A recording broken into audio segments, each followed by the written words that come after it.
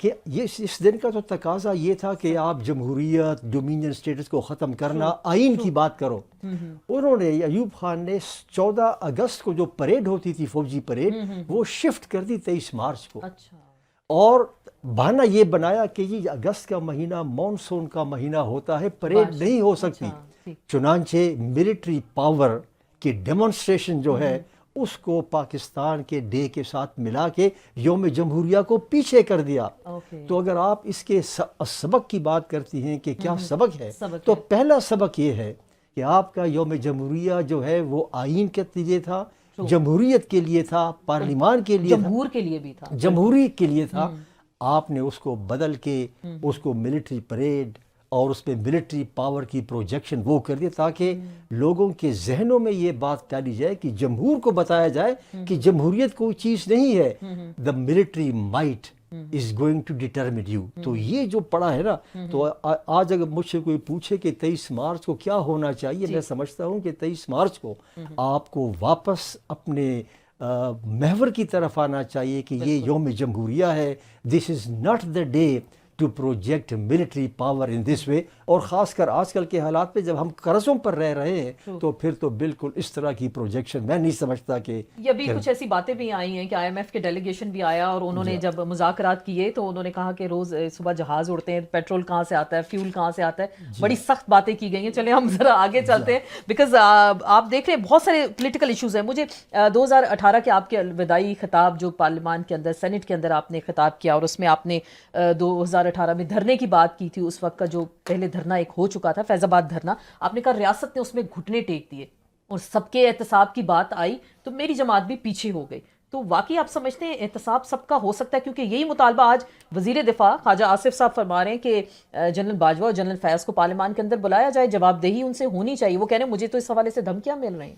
یہ آپ نے درست کہا آسما. یہ جو دھرنا ہوا تھا تو پہلی بار ہم نے دیکھا کہ دھرنے کے پیچھے کون لوگ تھے.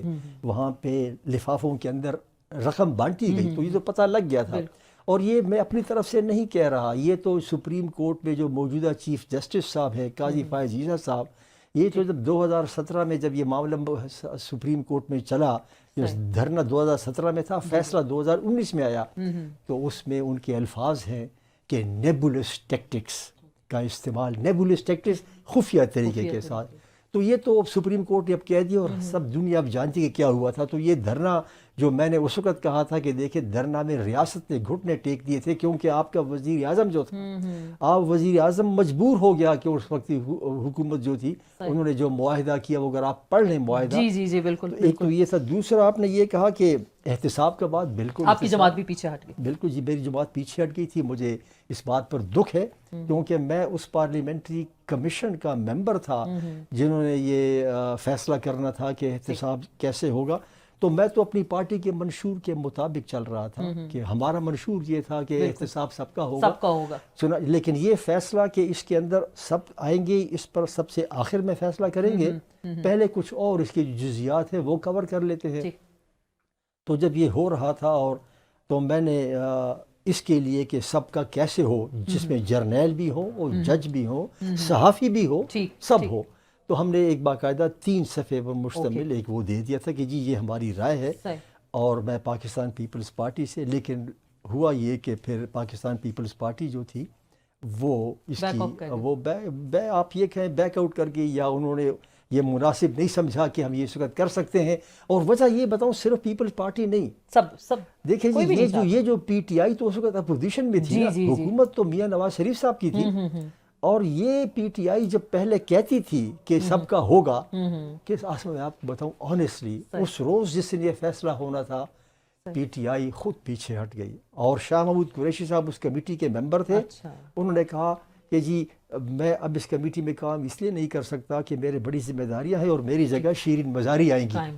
اور پھر جب وہ آئی تو انہوں نے فوراً ریورس ہو گیا. اور مجھے جو تھا دکھ ہوا، لٹرلی مجھے تو یہ دکھ ہوا کیونکہ میری پارٹی نے کہہ دیا کہ نہیں ہے، تو پھر میں نے اس چیز کو نہیں چلا. ابھی یہ جو خواجہ آصف یہ ڈیمانڈ کر رہے ہیں، اس پہ سر آپ کیا کہیں گے؟ آپ کو لگ رہا ہے یہ؟ میں سمجھتا ہوں کہ خواجہ آصف دیکھیے وزیر دفاع ہے، وہ کہہ رہے ہیں مجھے دھمکی آ گئی. اور وزیر دفاع اگر یہ کہ دھمکی ہے تو میں سمجھتا ہوں کہ نمبر 1 اس میں حقیقت یہ ہے کہ تحقیقات ہونی چاہیے. بالکل اور تحقیقات کے نتیجے میں یہ معلوم ہونا چاہیے کہ موجودہ سیٹ اپ میں کس نے ان کو دھمکی دی ہے. ٹھیک. اگر یہ دھمکی واقعی ان کو ملی ہے اور اس شخص کے خلاف ان کا ادارہ یہ جو بھی ہے ایکشن نہیں لیتا, تو میں سمجھتا ہوں انتہائی ادب اور احترام کے ساتھ کہ خواجہ آصف صاحب کو کابینہ میں نہیں رہنا چاہیے, ان کو استعفیٰ دینا چاہیے.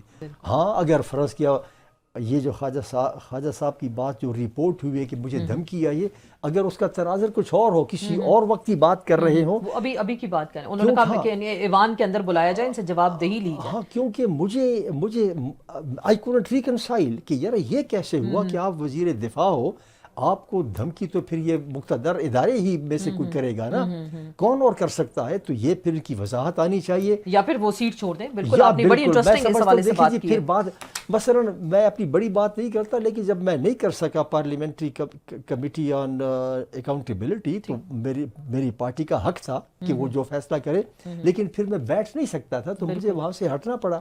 اسی طرح میں سمجھتا ہوں کہ خواجہ آصف صاحب کو اگر کسی نے دھمکی دی ہے, he should demand an inquiry into that, اور اس شخص کے خلاف بالکل کارروائی ہونی چاہیے, برطرف کرنا چاہیے, مقدمہ چلنا چاہیے. اور اگر یہ ایسا نہیں ہوتا اور خواجہ آصف صاحب یہی کہتے ہیں کہ ان کو دھمکی ملی ہے, تو پھر اللہ ہی حافظ ہے. پھر اب سر جو امپورٹڈ کی ہم بڑی باتیں سنتے تھے, اور ابھی ریسنٹلی آپ کے وزیر خزانہ اس وقت جو ہیں کیبنٹ کا حصہ بنے, ایک دن پہلے ان کو بتایا گیا آپ کو وزیر بنایا جا رہا ہے. ایون ان کے پاس پاکستانی پاسپورٹ نہیں تھا, جب وہ اوتھ اٹھا رہے تھے تو وہ یہاں دوڑیں لگی ہوئی تھیں کہ ان کو پاکستان کی شہریت دینے کے لیے.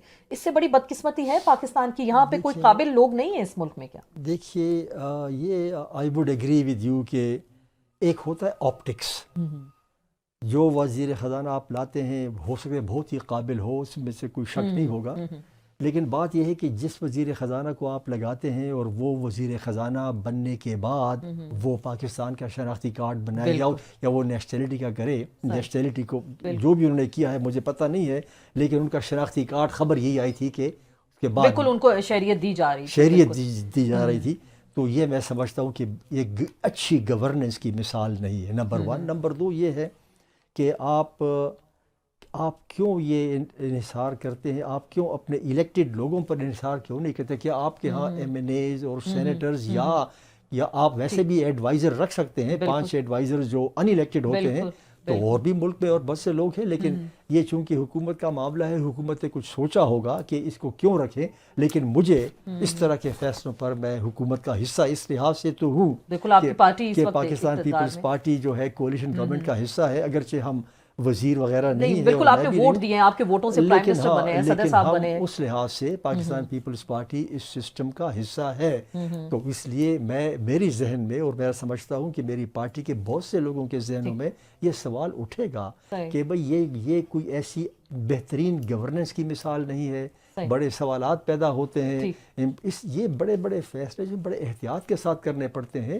یہ آپ اور کئی فیصلے ایسے ہوئے, صرف یہ نہیں ہے ارسا کا معاملہ, چیئرمین ارسا, بالکل میں اسی طرف آنے لگی تھی. ہاں آپ چیئرمین ارسا کا آپ دیکھ لیں, چیئرمین ارسا یہ آئین کے تحت سی سی آئی کا معاملہ ہے, کیئر ٹیکر کا بنا اپنی طرف سے قانون بدل کے آرڈیننس کے ذریعے صدر کے پاس بھیجتی ہے.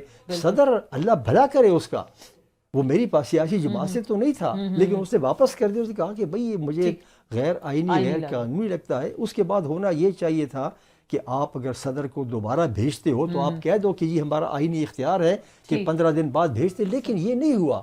پھر جب شہباز شریف صاحب آتے ہیں تو انہوں نے اسی آرڈیننس کے تحت جو پاس نہیں ہوا تھا اس کے تحت کہ چیئرمین کو اپوائنٹ کر دیا.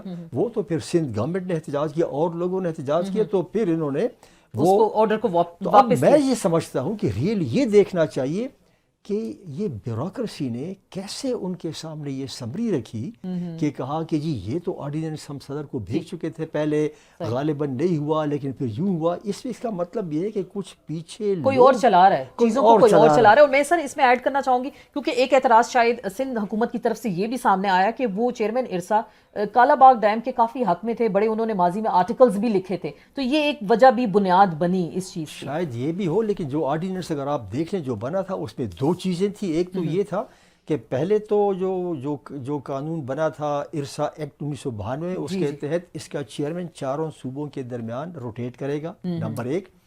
اور دوسرا یہ تھا کہ یہ سی سی آئی کا معاملہ بالکل وہاں سے تھا، تو انہوں نے اس کی خلاف ورزی کرتے ہوئے اس میں تبدیلی یہ کر دی کہ چیئرمین حکومت اپوائنٹ کرے گا اور چیئرمین کی معاونت کے لیے چیئرمین اپنی مرضی سے ایک ایڈوائزری کمیٹی بنائے گا، اور وہ ایڈوائزری کمیٹی کی ہدایات پر عمل کرتے ہوئے چیئرمین صاحب صوبوں کے درمیان پانی کی تقسیم کا فیصلہ کریں گے۔ اور ساتھ یہ بھی کہا کہ اگر چیئرمین سمجھے کہ پانی کی تقسیم اور اس کی جو تنصیبات ہیں اس کو خطرہ ہے تو وہ حکومت سے یہ کہہ سکتا ہے کہ مجھے فوج کی مدد دے دو۔ یہ بھی اس کے اندر شامل ہے۔ آپ اندازہ لگائیں تو میں جاننا چاہوں گا، میں یہ سوال کرنا چاہتا ہوں آپ کے پلیٹ فارم سے کہ who are the people جنہوں نے یہ کیا، اور پھر چوری چھپے نئے وزیر اعظم جو منتخب وزیر اعظم تھے ان کے سامنے یہ سمری کس نے رکھی اور اس سمری میں کیا لکھا ہوا تھا؟ ان کو خود سے بھی کچھ نہیں پتا، کوئی ان کو بتانے والا بھی کچھ نہیں، حالانکہ پرنسپل سیکرٹری ہوتے ہیں جو بریف کرتے ہیں اس طرح کے معاملات پر کچھ بتایا جاتا ہے۔ سارے سمری بننے میں اور اس کے آگے لے جانے میں کیا پیچھے کوئی بھوت تھے؟ میں نہیں جانتا کون تھے، لیکن تحقیقات تو ہونی چاہیے۔ بڑا اہم مطالبہ ہے سر آپ کا۔ اگر فرض کیا تحقیقات نہیں ہو رہی تو میں مطالبہ تو کر رہا ہوں۔ ایگزیکٹلی آپ کر سکتے ہیں، ضرور آپ کر سکتے ہیں مطالبہ۔ سر یہ کچھ مخصوص نشستوں پہ ہم آ جاتے ہیں۔ پی ٹی آئی کا مینڈیٹ تھا مخصوص نشستیں، بدقسمتی یہ رہی کہ بلہ نہیں ملا، اور جب سمبل چلا گیا تو پھر ان کو ایک دوسرا راستہ اپنانا پڑا، سنی اتحاد کونسل میں چلے گئے، عدالتوں کو اعتراض ہو گیا، الیکشن کمیشن پہلے سے تیار تھا، پھر سیاسی جماعتیں بھی حصہ داری میں آ گئیں، پیپلز پارٹی آ گئی، ایم کیو ایم آ گئی، پی ایم ایل این آ گئی۔ نظریاتی طور پہ یہ سیٹیں لینا ٹھیک تھا؟ میں تمام جماعتوں کی بات کروں گی، بالخصوص نظریاتی جماعت پاکستان پیپلز پارٹی کے لیے۔ آسما آپ بڑے مشکل سوالات پوچھ رہی ہو، لیکن میں آپ کو ایمانداری سے بتاؤں گا یہ جو مخصوص نشستوں والا معاملات ہے، یہ پہلے اگر آپ کو یاد ہو تو پی ٹی آئی نے عمران خان صاحب نے پہلے مجلس وحدت المسلمین کے ساتھ بات کر رہے ہیں، ان کا کچھ دھمکیاں آ گئیں کچھ، لیکن چونکہ وہ شیعہ حضرات ہیں، ان کے تعلق ہے، تو پھر یہ جو ملیٹنٹس ہیں ان کی طرف سے کچھ دھمکیاں بھی آ گئی، تو پھر انہوں نے سنی اتحاد کونسل کے ساتھ کیا۔ سنی اتحاد کونسل کی کوئی سیٹ نہیں تھی، اور سنی اتحاد کونسل نے الیکشن کمیشن کو لکھ کے بھی دیا تھا ان کے خط کے جواب میں کہ جی ہم تو مائنارٹیز اور خواتین کی نشستوں کے لیے ہمارے امیدوار نہیں ہیں، کیونکہ ہم الیکشن میں ہماری کوئی سیٹ نہیں آئی۔ یہ ہونے کے بعد جو قانون کہتا ہے اس قانون کے مطابق انٹرپریٹیشن یہ تھی کہ یہ سیٹیں ان کو نہیں مل سکتی۔ اس حد تک تو میں، آپ نے اگر کوئی بات کی ہے تو آئی ووڈ ناٹ ایگری، اور میں کہوں گا نہیں یہ سیٹیں ان کی نہیں بنتی تھی، لیکن اس کے بعد جو دوسرا مرحلہ ہوا کہ وہ سیٹیں دوسری سیاسی جماعتوں میں تقسیم ہو گئی، یہ میں سمجھتا ہوں کہ یہ درست نہیں تھا، یہ جمہوری نہیں تھا، یہ قانونی میری نظر میں نہیں تھا۔ اب یہ قانون کے انٹرپریٹیشن کی بات ہے، لیکن فرض کیا آپ کے پاس ایک چیز ہے اور حکومت کہتی ہے کہ قانون یہ آپ کا نہیں بنتا، وہ تو آپ سے لے لیا، لیکن حکومت کو پھر یہ اختیار تو نہیں ہے کہ فرت اللہ بابر صاحب یہ تمہارا ہو گیا، مجھے تو پھر حق نہیں ہے نا۔ بالکل ایسا ہی ہے۔ تو دس از واٹ ہیز ہیپنڈ۔ تو یہ جو ان کا، میں اب بھی کہتا ہوں، آپ کے کیمرے پر کہتا ہوں کہ ایس آئی سی کا حق نہیں بنتا تھا، لیکن میں یہ بھی کہوں گا کہ ان کی پھر جو دوسری سیاسی جماعتوں میں تقسیم کہیں یا بندر بانٹ کہیں، یہ بھی غلط ہے۔ غلط ہے، بالکل ایسا ہونا نہیں چاہیے، کیونکہ اس چیز کی اب تشریح ہونی ہے۔ اگر ایک جماعت پارلیمانی پارٹی بن جاتی ہے تو میرے خیال سے اس کو سیٹیں ملنی چاہیے، لیکن بہرحال سپریم کورٹ آف پاکستان اس کی اب تشریح کرے گا، ہو سکتا ہے۔ وہ جو ہے نا کہ وہ پارلیمانی پارٹی بن گئی، اب یہ ایک قانونی وہ ہے، بالکل ڈیبیٹ ہے۔ الیکشن کمیشن کے 4 ممبران نے یہ فیصلہ کیا، لیکن ایک ممبر ایسا تھا جو میں بات کر رہا ہوں جس نے وہی بات کی، ایک ممبر ایسا تھا، تو اس کا مطلب یہ کہ this is a fine print of the law. اب یہ فیصلہ سپریم کورٹ نہیں کرنا۔ سر این ایف سی پہ آ جاتے ہیں۔ سر 18ویں ترمیم ہوئی، بڑی خوشیاں منائی گئی، مجھے یاد ہے این ایف سی جب سائن ہوا گوادر گئے، ہم لوگ بھی وہاں موجود تھے، آپ کی حکومت یوسف رضا گیلانی صاحب تھے۔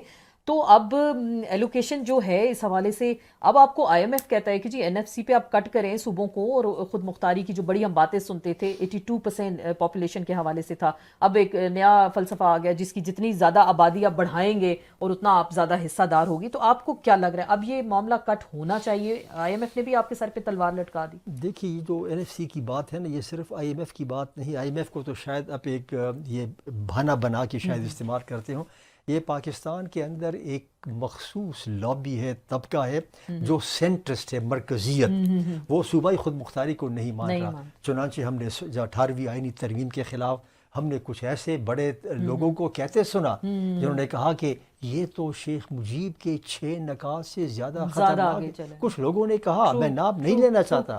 اسی طرح یہ کہا گیا کہ جی NFC ایوارڈ اگر ہوگا تو اس پہ مرکز جو ہے اس کے پاس وہ اس کو بھیک مانگنی پڑے گی صوبوں سے, وہ نہیں ہو سکتا. ہم یہ کہتے دیکھیں NFC ایوارڈ جو ہے یہ 18ویں آئینی ترمیم کا حصہ ہے, اور اگر صوبوں کا حصہ بڑھ گیا ہے تو اس پر میں اس کا عینی شاہد ہوں. اس کی وجوہات تھی, وجہ یہ تھی کہ یہ بتایا, یہ کہا گیا تھا کہ یہ ڈیولوشن ہو رہی ہے اور یہ صوبوں کے پاس ہی جا رہے ہیں, تو نیچرل ان کا حصہ بڑھنا تھا, یہ بڑھنا تھا حصہ. تو جب یہ حصہ بڑھ گیا, اب ان کو یہ راس نہیں آ رہا مرکزیت والوں کو, تو انہوں نے کہا جی اب اس کے بغیر گزارا نہیں ہوگا. مرکزی حکومت کے مالیاتی مسائل کی وجہ NFC اور صوبائی خود مختاری نہیں ہے, ان کے مالیاتی مسائل کی وجہ خود ان کی جو شاہ خرچی ہے وہ ہے. آپ کو کیا ضرورت ہے کہ آپ نے 17 وزارتیں جو ڈیوالو ہو گئی ہیں, آپ ابھی تک مرکز میں یہ رکھتے ہو, آپ کیوں یہ کرتے ہو, why are you doing it. اور یہ جو صوبوں کا حصہ بڑا تھا نا, وہ اس لیے بڑا تھا کہ تمام صوبوں نے مل کر کہا کہ ہاں ٹھیک ہے, یہ ہم اس لیے کر رہے ہیں کہ پنجاب کا جو ہے, پنجاب نے سیکریفائس دی ہے, اور سیکریفائس اس لیے دی ہے کہ پہلے 100% ڈسٹریبیوشن تھی آبادی کی بنیاد پر, اب ہو گئی تھی 82% پر, تو پنجاب کا حصہ کم ہو رہا تھا, تو چنانچہ فیصلے ہو کہ صوبوں کا حصہ بڑھا. تو یہ 2 وجوہات تھیں. لیکن اب کیا ہے, اب یہ کہتے ہیں کہ جی اس کو ہم کم کرنا چاہتے ہیں, اور کبھی ایک اخبار مضمون, کسی ایک جگہ ٹیلی ویژن کے پروگرام, کبھی کوئی اس میں آپ کو آئینی ترمیم پھر کرنا پڑے گی. 225 کا فگر آپ کو چاہیے, آئینی ترمیم کرنی ہے, مخصوص نشستیں پھر آپ لوگوں کی ضرورت ہے, اسی لیے دی جا رہی ہے. ہر چیز کو آپ لنک کریں تو چیزیں بڑی واضح ہو جائیں. لیکن دیکھیں یہ پھر ایسا نہیں ہے کہ چٹکی بجا کے آپ آئین بدل دو. اس پہ پھر بلوچستان ہے, خیبر پختونخوا ہے, صوبے ہے, عوام الناس ہے. پھر یہ صرف پارلیمان کی گجڑا نہیں ہوگا, پھر یہ بیٹل جو ہے یہ پارلیمان سے نکل کے سڑکوں پر آ جائے گی. دیکھیں نا, اگر پارلیمان ایسی پارلیمان ہوگا جس میں آپ نے ابھی خود کہا کہ بھئی یہ 2/3 میجارٹی اس طرح سے کر کے پھر ان سے یہ کروا دیں, آئینی ترمیم کروا دیں, تو کون مانے گا؟ خیبر پختونخوا میں صرف یہ نہیں ہے کہ حزب اختلاف نہیں مانے گی, خود حکومت کے اندر بیٹھے ہوئے لوگوں کو منہ نہیں دکھا سکیں. اور سب سے پہلے زرداری صاحب, انہوں نے اس چیز کا بڑا کریڈٹ لیا تھا 18ویں ترمیم. ظاہری بات ہے جب یہ ترامیم ہو رہی تھیں, اور پیپلز پارٹی ہمیشہ لیتی تھی کہ ہم نے صوبوں کو ان کے اختیارات دے دیے, تو زرداری صاحب بھی اس چیز کو فیور کریں گے. آپ ان کے ساتھ ترجمان رہے ہیں, آپ کیا کہیں گے؟ میں بتاؤں آپ کو کہ we must give credit to Zardari صاحب. بالکل, ہم دیتے رہے, ان کو ماضی میں بھی دیتے رہے, کہ وہ یہ منمانی نہیں ہونے دیں گے. کیسے نہیں ہونے دیں گے, میرے پاس I can't explain now, but I'm sure that he will not permit this. اب وہ کیسے, کیا وہ ان قوتوں کو رام کریں گے, ان سے بات کریں گے, یا وہ کیا کریں گے, but I can assure you کہ زرداری صاحب کے ہوتے ہوئے ایوان صدر میں یہ عمل نہیں ہو سکتا. NFC پہ کوئی ایسا سٹینڈ نہیں لیا جائے گا. بالکل, بڑی اہم آپ نے بات کی. پرائم منسٹر آپ سمجھ رہے ہیں شہباز شریف صاحب طاقتور پرائم منسٹر ہیں یا بڑے کمزور ترین ہیں, کیونکہ بیساکھیوں کے ذریعے ان کی حکومت کھڑی ہے, پیپلز پارٹی کے ووٹوں کے ذریعے. محسن نقوی صاحب آ گئے, بہت سارے پیرا شوٹرز بھی آ گئے اس اسمبلی کے اندر, کیبنٹ کے اندر خصوصاً. تو ان کے کچھ اختلافات ہم سن رہے ہیں کہ وہ اپنی مرضی کا چیئرمین CDA لگانا چاہ رہے ہیں, سیکرٹری داخلہ لگانا چاہ رہے ہیں, وزیر اعظم صاحب کی مرضی نہیں. تو وہ کس کے احکامات پہ عمل کر رہے ہیں, اور PM صاحب تو ظاہری بات ہے PM ہے. شہباز شریف صاحب طبعا شریف آدمی ہے, اور تو وہ کبھی بھی لڑائی جھگڑا نہیں چاہتے. یہ جب چیف منسٹر بھی تھے اور پرائم منسٹر بھی پہلے رہ چکے ہیں, وہ یہ. لیکن آئی مسٹ سے کہ وہ ایفیکٹو پرائم منسٹر نہیں ہوں گے اگر ڈوریاں پیچھے سے ہلتی رہیں.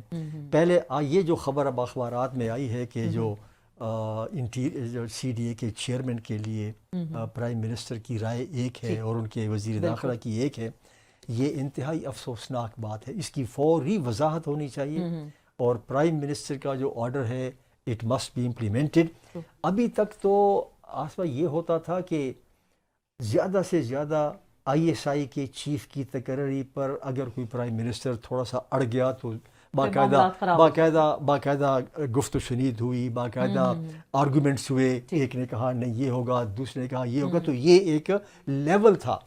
اب اگر لیول یہ آ جائے کہ CDA کے چیئرمین پر, کل کو پھر لیول یہ آئے گا کہ ریڈیو پاکستان کے ڈائریکٹر کا, کل کو پھر لیول آئے گا کہ ٹیلی ویژن کے MD کا, تو پھر ویسا پرائم منسٹر سے بہتر ہے کہ وہ پرائم منسٹر ہی نہ ہو. سر پھر یہ مین بات تو یہ ہوئی نا کہ آپ کے پاس کلیئر کٹ مینڈیٹ نہیں ہے اور پھر آپ بلیک میل بھی ہوتے رہیں گے اس مینڈیٹ کے تھرو. یہ بدقسمتی ہے اس نظام کی بھی شاید.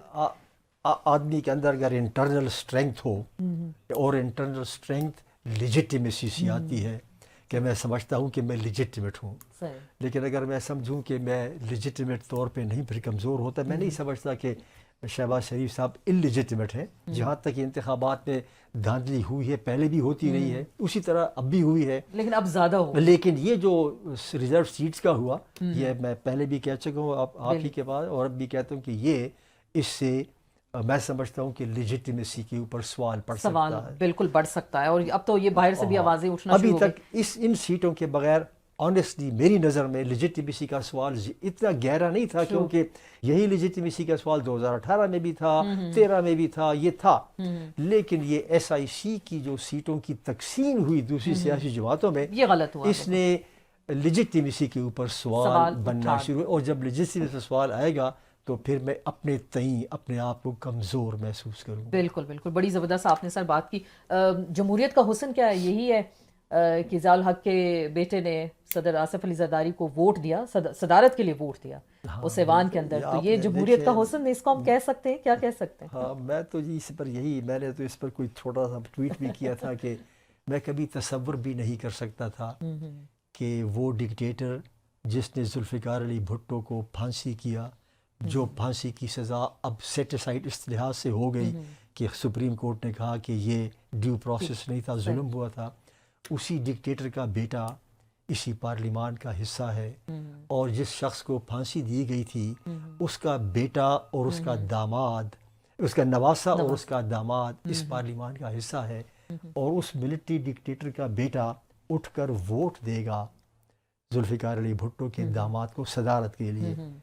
تو میں یہی کہہ سکتا ہوں آسما کہ این سعادت بزور بازو نیست تا نہ بخشد خدائے بخشندہ. اگر یہ سعادت بھٹو کے داماد کو ملی ہے تو این سعادت بزور بازو نیست تا نہ بخشد خدائے بخشندہ. یہ کوئی ڈیوائن چیز ہے جو میری سمجھ سے بالا تر ہے, آنیسٹلی بالا تر ہے, لیکن یہ ہمیشہ this will be always a line in the presidency of Asif Zardari that he was voted into the presidency by a vote of the son of the dictator who had hanged his father-in-law.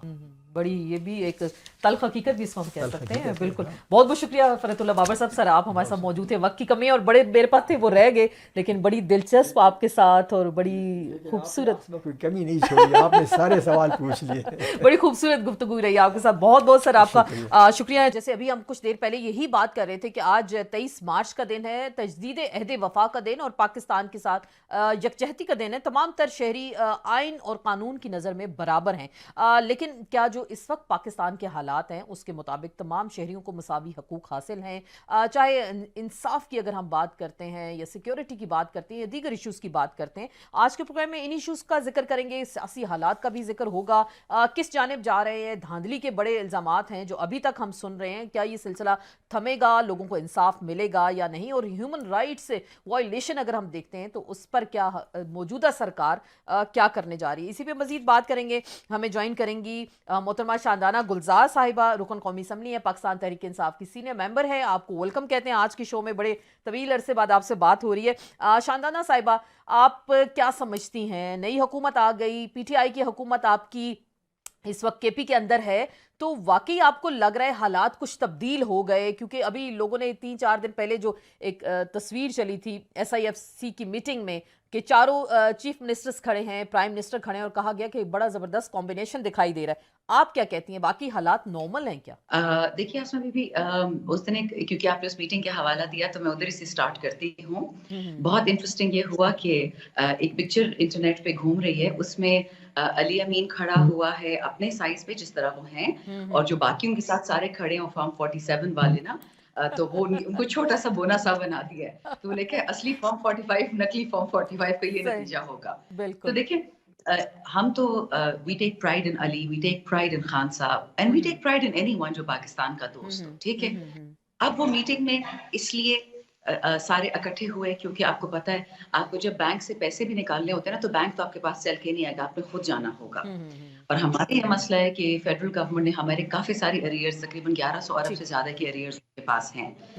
Plus ہم نے جو حکومت لی ہے وہ ہم نے حکومت لوگوں کے لیے لی ہے, کسی پولیٹیکل پارٹی کے لیے نہیں. علی امین اب سارے صوبے کا وزیر اعلیٰ ہے, صرف پی ٹی آئی کا وزیر اعلیٰ تو ہے نہیں. اور اس نے یہ ثابت کرنا ہوگا, حالانکہ بہت مشکل ہے, آئی ایم شیور وہ منہ پہ تو کبھی نہیں بولے گا, لیکن دل میں تو انسان کا ہوگا کہ میرے دوست who deserve to sit on these seats, ہمارا لیڈر جو جیل میں انہوں نے بے گناہ بند کیا ہوا ہے, وہ تو ایک چیز ہے دل میں ایک دکھ. لیکن دیکھیں نارملائزیشن کے بھی کا میں بھی یہ گڈ نیوز دے سکتی ہوں کہ الحمدللہ میں ابھی بھی اپنی ایک عوامی جرگے سے اٹھ کے آئی ہوں اور اب واپس ادھر جانا ہوگا. ہمارے لوگ جتنا صحت کارڈ سے خوش ہے, جو دعائیں دے رہے ہیں وہ کہ جی ہماری زندگی کا ایک سرمایہ ہے یہ صحت کارڈ, بچیاں مر جاتی پیدائش بچے کرتے ہوئے, تو ہمارے لوگ تو غریب کا سوچتے ہی نہیں ہے. جو لوگ غریب جیب سے پیسے نکال کے ڈالتے ہیں, تو اس طرح سے ایک میں کیا کہہ سکتی ہوں, ایک نقلی نارملائزیشن آ گئی ہے. ایک ریئلائزیشن تو ہے نا کہ دھاندلی ہوئی ہے, چوری ہوئی ہے, جھوٹ ہوا ہے, یہ بات کہاں جائے گی. بٹ الحمدللہ کے پی میں ایک خوشی کی لہر آ چکی ہے. آپ کو لگ رہا ہے واقعی لوگ مطمئن ہیں؟ پی ٹی آئی کے حوالے سے اگر ہم بات کرتے ہیں, علی امین گنڈا پور سے ہی چلیں, آغاز ہو گیا تو وہیں پہ ہم چلتے ہیں. پی ٹی آئی کا بیانیہ کیا ہے؟ مزاحمت کا ہے, مفاہمت کا ہے؟ یہ فیصل کریم کنڈی صاحب کل فرما رہے تھے, کہہ رہے تھے کہ جی وہ پرائم منسٹر کے ساتھ جب میٹنگ میں ہوتے ہیں تو پیروں کو ہاتھ لگاتے ہیں اور باہر نکل کر بڑکے مارتے ہیں. تو کیا سمجھا جائے, آپ کیا کہتی ہیں اس حوالے سے؟ معذرت کے ساتھ ہی کے پی کا تو آپ کو پتہ ہے ایک ہمارا ماحول بھی ذرا وہابی ازم کا ہے. ہم اپنے والدین کے پیروں کو بھی ہاتھ نہیں لگاتے, لیٹ الون کوئی نقلی فارم 47 والے چیف منسٹر یا پرائم منسٹر. تو ہمارے یہاں تو آپ کو شاید پتا ہو, ہم تو شرک سے اتنا ڈرتے ہیں کہ ہم تو اکثر لوگ یہاں پہ عید میلاد النبی بھی نہیں کرتے, حالانکہ رسول اللہ علیہ السلام سے ہمارے لیے زیادہ کون پیارا ہوگا. لیکن ہمارا سسٹم ایسا ہے. تو وہ تو تھوڑا سا ایگزیجریٹ کر گئے ہیں, بٹ چلو آئی تھنک وہ اپنی پارٹی سے ناراض ہے کیونکہ ان کو وہ گورنر کی پوزیشن آئی تھنک نہیں دے رہے. سنا تو تھا کہ ان کو دیں گے, بٹ اب نہیں دے رہے. ہاں اللہ کو بہتر پتا ہے. فیصل میرے بھائی ہے, میرے دوست ہے, لیکن یہ بات ان کو بھی زیب نہیں دیتی. دوسری جو بات ہے دیکھیں مفاہمت مزاحمت کی, آپ مجھے بتائیں مفاہمت کیا ہوتی ہے؟ مفاہمت یہ ہوتی ہے کہ آج 23 مارچ ہے اور پاکستان آپ کو دنیا میں اس وقت کہاں نظر آ رہا ہے, لڑکھڑاتا ہوا. آپ اگر ڈیولپنگ کنٹریز کا انڈیکس نکالیں تو پاکستان وہاں کہاں کھڑا ہے؟ افریقہ کے ساتھ کھڑا ہوتا ہے. اگر آپ as of business, cost of doing business, اگر یہ انڈیسز نکالیں انویسٹمنٹ کی, تو آپ سب سے ماشاءاللہ 140 150 میں آپ میننگ میں پاکستان. ٹھیک ہے, ہم نے 76 سال میں قائد اعظم کے پاکستان کا کوڑا دان بنا دیا ہے. اس میں جو کوڑا کرکٹ دنیا کا آتا ہے, افغانستان کے مسئلے, کشمیر کے ہیں, انڈیا کے ہیں, امریکہ کے ہیں, روس کے ہیں, یوکرین کے ہیں, اسرائیل کے ہیں, بس یہ پاکستان میں مسئلے ڈالتے جاؤ کیونکہ ہماری عوام تو انسان ہے نہیں. We don't deserve schools, we don't deserve hospitals. تو today it's a sad day for Pakistan. مفاہمت آپ اب کرتے ہیں جب آپ دیکھتے ہو کہ دوسری طرف نیک نیت بیٹھا ہے. انہوں نے ہماری پہلے ساری سیٹیں چرائیں, 9 فروری کا جو نقلی الیکشن تھا, پھر اس میں لوگوں نے ابھی ریزرو سیٹیں ہم سے چرائیں. اب ریزرو سے بھی دل نہیں بھرا. سنا کہ نواز صاحب کی اور میاں صاحب دونوں میاں صاحبان کی اور زرداری صاحب کی ایز یوزول بھاوی مسٹرسٹ ہو گئی ہے.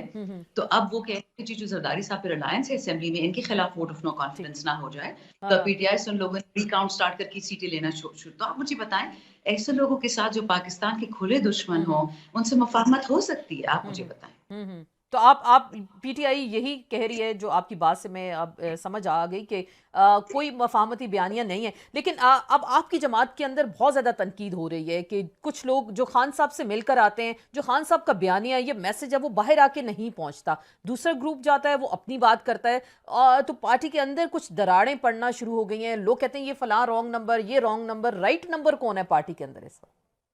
دیکھیے آسما بی بی, یہ پچھلے کویسچن سے ہی ہے, and I'll take it forward from there.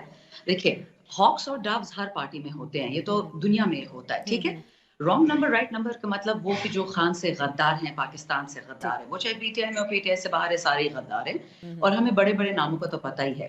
ہو سکتا ہے کہ ہماری پارٹی میں مزید جہانگیر ترین ٹائپ ہوں. میرے پاس تو کوئی کسی کیریکٹر کی گارنٹی نہیں, میں صرف اپنی گارنٹی دے سکتی ہوں, اور تو کسی کی نہیں دے سکتی. ایمان بھی انسان اب دعا مانگتا ہے کہ اللہ ایمان پہ خاتمہ کر. Let me come to this main issue, یہ جو آپ کہہ رہے ہیں کہ اس میں ڈفرنٹ بیانات آ رہے ہیں. دیکھیں مزاحمت, خان صاحب جب ہم جیل ملنے کے, میں ایک ہی دفعہ ملنے گئی تھی, اور کوئنسیڈنٹلی اس کے بعد میں اور شہریار افریدی اکٹھے گئے تھے اس میٹنگ میں. ہمارے ساتھ 4 اور گواہ بھی تھے, 3 پولیس والے اور 4 اور ایم این اے. تو میں نے خان صاحب سے ایک یہ میں نے کافی شوز میں بولا, میں نے ان سے 2 سوال پوچھے. ایک جو اسد کیسر صاحب اسٹیٹمنٹ دے رہے تھے بہت عرصے سے, ان کے پیچھے کچھ یوٹیوبرز پڑ گئے تھے کہ اسد کیسر یہ باتیں کیوں کرتا ہے. اور پھر علی محمد صاحب نے ایک بیان دیا تھا,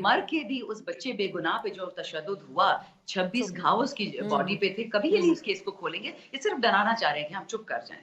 آپ چپ نہیں کریں گے. آپ کی جو گرفتاری تھی اور جب آپ کو باہر بھیجا جاتا تھا, آپ کو ضمانت ملتی تھی, تو پھر آپ کو اریسٹ کر لیا جاتا تھا ایم پی او کے تحت, اور پھر اس پہ آپ نے دیکھا ڈی سی اسلام آباد کو ان کو نوٹس بھی ہو گئے, ابھی ان کے خلاف بھی کارروائی ہو رہی ہے. تو آپ کو کیا لگ رہا ہے, قانون کا واقعی ہی غلط استعمال ہوتا رہا ہے؟ پی ٹی آئی کے جو ورکرز ہیں, اسپیشلی آپ لوگ ہیں, مین جو لیڈرشپ تھی, کیا واقعی آپ کو بھی کسی پریس کانفرنس کے لیے دباؤ تھا یا دباؤ رہا اتنے عرصے میں؟ یہ تو اتنا لمبا سوال ہے آسما, اس کو میں چھوٹا کر کے آپ کو جواب دوں گی.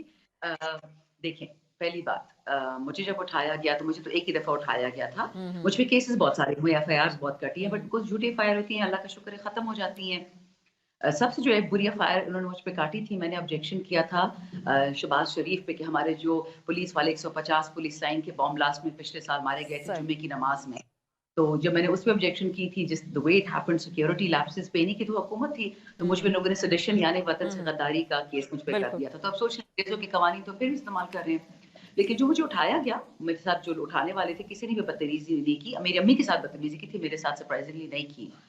جب مجھے اٹھا کے لے گئے تو فنی بھی کافی تھا, کیونکہ میں نے اس وقت ہوائی چپل پہنے ہوئے تھے, جو پلاسٹک گرمیاں تھیں, تو مجھے کہتے ہیں میڈم بھاگے گی تو نہیں. میں نے کہا جی میری صحت دیکھے میں بھاگ سکتی ہوں, میں تو چل بھی نہیں سکتی, بھاگنا تو دور کی بات ہے. پھر جب میں باہر گئی تو وہاں پہ ایک فنی سی گاڑی کھڑی تھی, جو گاڑی ایسی وارداتوں میں ملوث ہوتی. پھر مجھے اور بھی ہنسی آئی کہ آپ کے پاس اور کوئی گاڑی نہیں ہے. وہ کہتے نہیں جی ہمارے پاس یہی گاڑی ہوتی ہے. So they were very pleasant with me. مجھے نہیں 3 گھنٹے تک 4 یا 5, بیکاز میرے پاس گھڑی نہیں تھی اس ٹائم. سو بٹ اتنا مجھے یاد ہے, میں اڈیالہ رات 11:30 پہنچی تھی, سب کچھ ہو کے لوازمات کے بعد, اور میں گھر سے 5 بجے گئی تھی. تو یہ ہو گئے 5:30 6:30 گھنٹے کچھ ہو گئے اس طرح. تو ڈرائیو پہ ہم تھے, اور ڈرائیو میں یہی باتیں, میں پولیس والی بھی تھی میرے ساتھ, میرے سے بہت تمیز سے عزت سے بات کی. مین ایشو یہی تھا کہ کیونکہ خان غدار ہے پاکستان کا, تو جو پی ٹی آئی میں وہ بھی غدار ہے. جی خان تو کہیں سے پی ٹی آئی کا پاکستان کا غدار نہیں ہے, وہی تو وفادار ہے. جو بک گیا وہ غدار ہے, وہ بھاگ گیا, اور جو پاکستان میں بیٹھے ہوئے اس کو پکڑ لیا. تو میں کہا اگر خان کے ساتھ ہونا غداری ہے تو ٹھیک ہے, پھر ہم سارے غدار ہیں, کیونکہ ہمیں تو ہمارے پاس تو ثبوت ہے کہ خان پاکستان کا سچا بیٹا ہے. تو کہتے ہیں میم آپ تو بہت اچھی ہیں, آپ تو پاکستان کی ایسٹ ہیں, آپ پارٹی بدل لیں. میں نے کہا بھائی یہ نہیں ہو سکتا. اگر میں آپ کو آج کہوں کہ آپ اپنا پاسپورٹ چھوڑ کے انڈین پاسپورٹ لے لو کیونکہ آپ کے سر پہ بندوق ہے, تو آپ چھوڑیں گے؟ دیکھیں عزت کی بات ہوتی ہے, غیرت کی بات ہوتی ہے, ملک کی بات ہوتی ہے. تو انہوں نے صرف یہی بولا کہ ہم چاہتے ہیں کہ آپ مریم یا بلاول کے ساتھ ہو جائیں, یا میں کہا ہم کون ہیں؟ کہتے جی مریم یا بلاول. میں کہا سوری تو نہیں ہو سکتا. پھر کہتے ہیں کہ آپ پھر ترین خٹک کے ساتھ چلے جائیں. میں کہا جی ترین اور خٹک صاحب تو میرے دونوں رشتے دار تھے, اور جب پارٹی میں بھی تھی میری ان سے نہیں بنتی تھی, تو اب میری ان سے کیا بننی ہے؟ تو ایسے اس کو چھوڑ دیں. اور پھر میں نے ایکچولی ایک پریس کانفرنس میں نے ایک بات کی تھی جو تھوڑا سا متکبری میں جا سکتی ہے, بٹ میرا موڈ آف تھا, مجھ سے بدتمیزی ہوئی تھی, تو میں نے وہ بات کہی ان کو کہ مریم اور بلاول کی دونوں کی مجھ سے تعلیم کم ہے, دونوں کا ورک ایکسپیرینس مجھ سے کم ہے.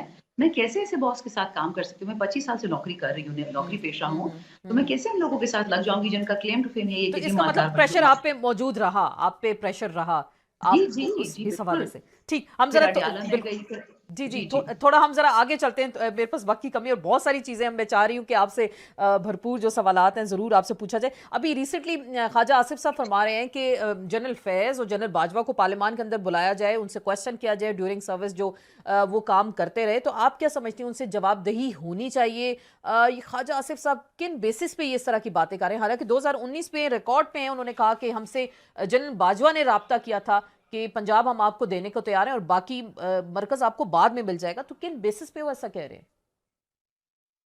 انسانٹی یہ ہو سکتی ہے جی, مطلب میں کیا کہہ سکتی ہوں. اب it's a bit too late in the day to یہ لوگ سویلین سپریمیسی کی بات کی طرف جانا چاہ رہے ہیں. مجھے سمجھ آ رہی ہے کہ یہ پرانی گیمز ہے. میاں صاحب کا تو ہے ہی گیم پرانا کہ ہمیشہ ان سے فائدہ لے کے ان کو ٹھڈا مارتے ہیں, تو سب کو ہی پتا ہے. رہی باجوہ صاحب کی اور جنرل فیض کی بات, بالکل اگر اتنی مردانگی ہے, اتنی ہمت ہے پاکستان کے ساتھ, یہ اتنی وفادار ہے, تو بالکل بلا لیں. لیکن پھر ان کو چاہیے کہ جو خواجہ آصف صاحب کے اپنے دوست ہیں باجوہ صاحب کے سسٹر, اس کو بھی لے آئے نا کہ یہ ڈیل کس نے کی تھی, سب کچھ کر لیں. بالکل کریں, ہمت ہے تو ہم تو ان کے ساتھ ہیں.